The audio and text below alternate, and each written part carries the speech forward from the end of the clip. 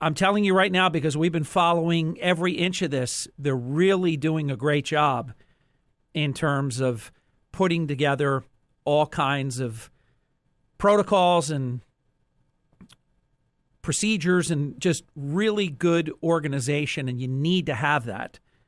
So joining us now, and it comes as no surprise to me because I knew it, and I said it last week, seat number 1, when the doors open at 3 p.m. tomorrow, the number 1 person going in is a great guest listener of the Hurley in the Morning program, a longtime friend of mine, a former colleague of mine over 30 years ago when we opened the Golden Nugget. Ladies and gentlemen, he's affectionately known as Duke the Butcher.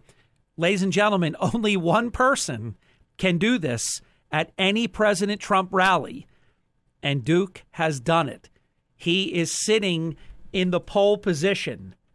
Duke, I knew you were going to do it. I'm so proud of you, and what a commitment. You are in the pole position. Harry, the excitement here is just mind-boggling, okay? These people are so excited about the president. Okay, I got here at 2 o'clock on Sunday, and then there was another guy right behind me, and then now there's 150 people here, Harry, and we're saying 4 more years. Okay, we're going to make this country better, and we're going to live free and stay free. That's my slogan. So I don't know. I got a seat reserved for you, Harry. I got a chair right next to mine, and you're second. Wow, you're giving me shotgun. Oh my gosh, Duke, I can't say I'm surprised though. I knew you would do it because I know the type of committed person and the gamer that you are. So the 30 degrees or whatever it was, none of this is phasing any of you, right? No, everybody's having a great time. Everybody's sharing food. If you need something, they get it. It's just, and girls, I'm taking pictures with Trump girls. They all want to get a picture with number 1. I'm telling you, Harry, it's unbelievable. Yeah, see, nobody thinks that of number 2. When you're number 1, Duke, you're it. You're the main event. When these doors open at 3 and you're in that queue. Also, let's explain, because my understanding to a friend that I talked about last night, I knew you were there. I didn't know what time you were going to sleep, so I didn't want to bother you, but I knew you were there, and I knew you were first. But nobody had to tell me. I said, I already know who's first. His name is Duke. They said, how'd you know? I said, because I know. This is what I do. So my understanding is that the Wildwood police allowed you all to queue up about a block or so away, and then when they officially open up the event rally official queue, which my understanding is will be 6 p.m. today, but you never know. If the crowd gets bigger, maybe you'll move over there sooner. But everybody has been really great to one another, haven't they? Absolutely. They all love our president. They all love our country. And you know what? It's just a wonderful thing being here, and I'm so happy I went, Harry. This is the highlight of my life. Oh, my gosh. I'm so happy for you, Duke. Now, listen, because you know there's a lot of things I'm going to be doing. I'm going to be in that line at some point interviewing people, and I'm of course, going to come to you very early on. We'll be arriving early tomorrow, and every 45 minutes, every hour, but on the 45-minute mark, we're going to do interviews and do different things. We're going to release video, photos, and different things that we accumulate during the day in the run up to it. So I promise you, I'll be coming over to you in that seat number 1 to get an interview with you. Sounds good, Harry. And bring a reservation for yourself to put on the other seat. So you mean to tell me you actually and the people around you, they're okay with that you're actually holding seat number 2 for me? That's what I said. I said, Harry Hurley's going to sit here. I had 2 seats there. I mean, I'm just sitting there by myself. So, yeah. Oh, that's just incredible. That's what's going to happen. So I won't look like a line cutter if I came over there? No. How could you be? You're Hurley in the morning. You're the mayor. You're the best. This is your event, Harry, and this is your president, okay? So let's just go with it. You're very kind. Very, very kind. So what's as this gets closer and closer, I can imagine, and it'll be daylight soon, and then suddenly you'll be within a day of it, and then you got to bear one more night and then it will be event day. So just be careful out there. I know you're being smart, it's all good. but be careful.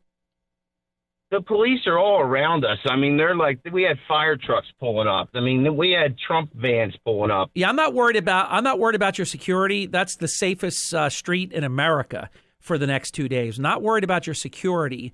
I'm just worried about the temperature. That's nothing. I'm used to like 10 below zero. These people got comforters. They got blankets wrapped around them. We got a lot of girls here, Harry. Let me ask you a question. Because at some point when you're in the official queue, there won't be any chairs allowed or anything like that. No sleeping bags or anything like that.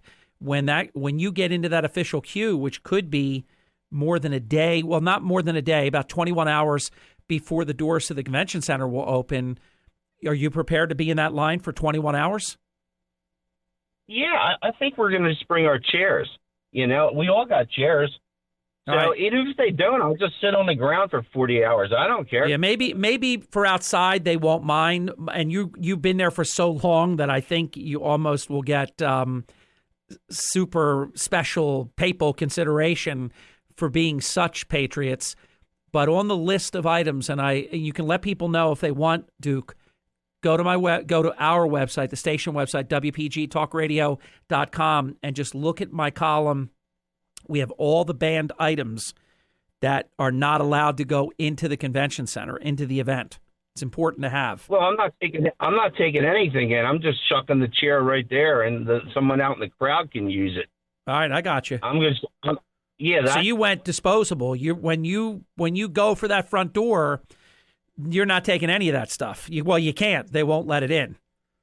It's like a missile launch, like Apollo missile launch, where they jettison the different sections. That's what I'm doing. Yeah, and you'd be like Tom Hanks in Apollo 13. Thank all that equipment for getting you to where you got to.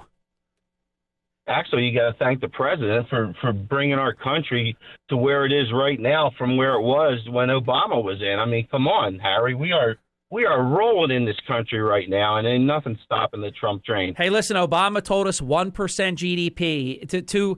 To tolerate his 8 years, we had to change every norm that there was.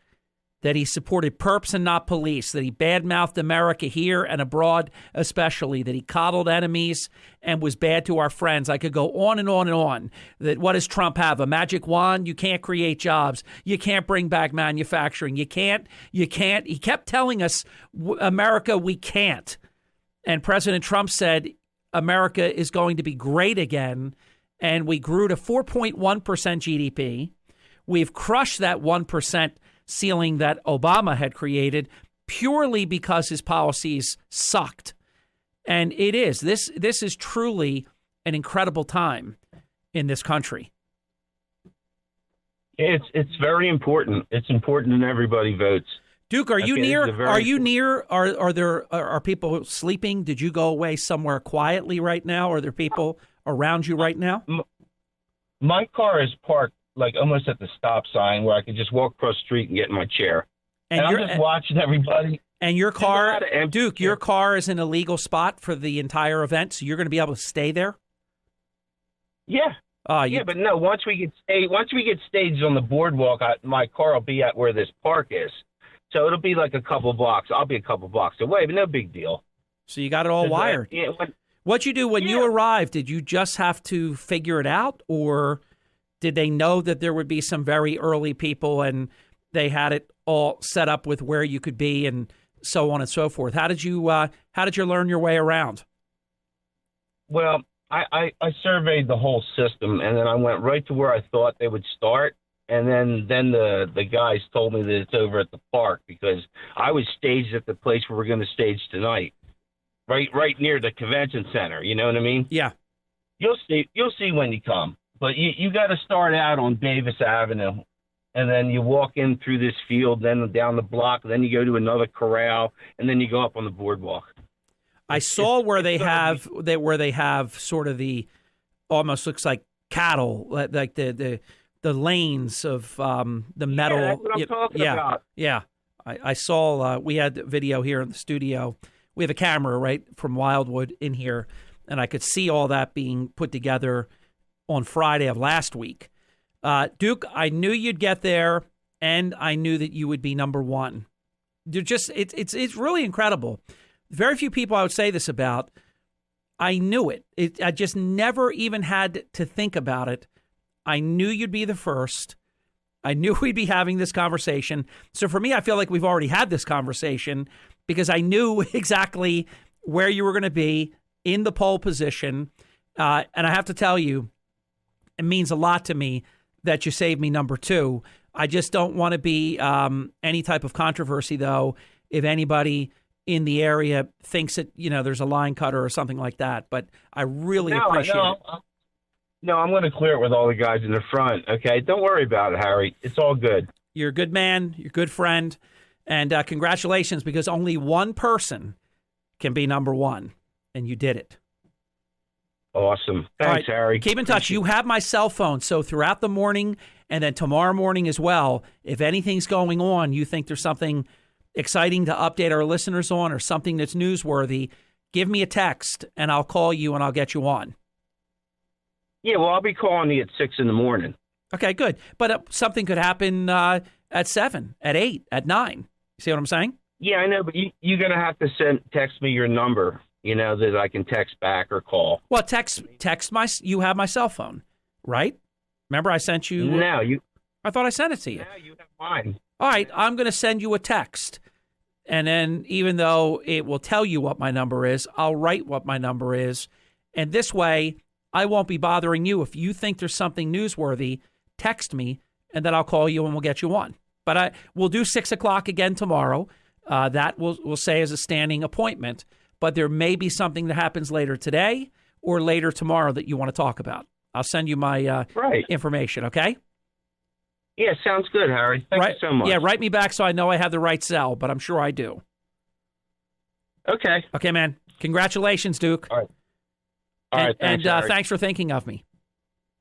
All the time. You're the man. Appreciate that so much. Thanks, Duke. We'll take a brief time out.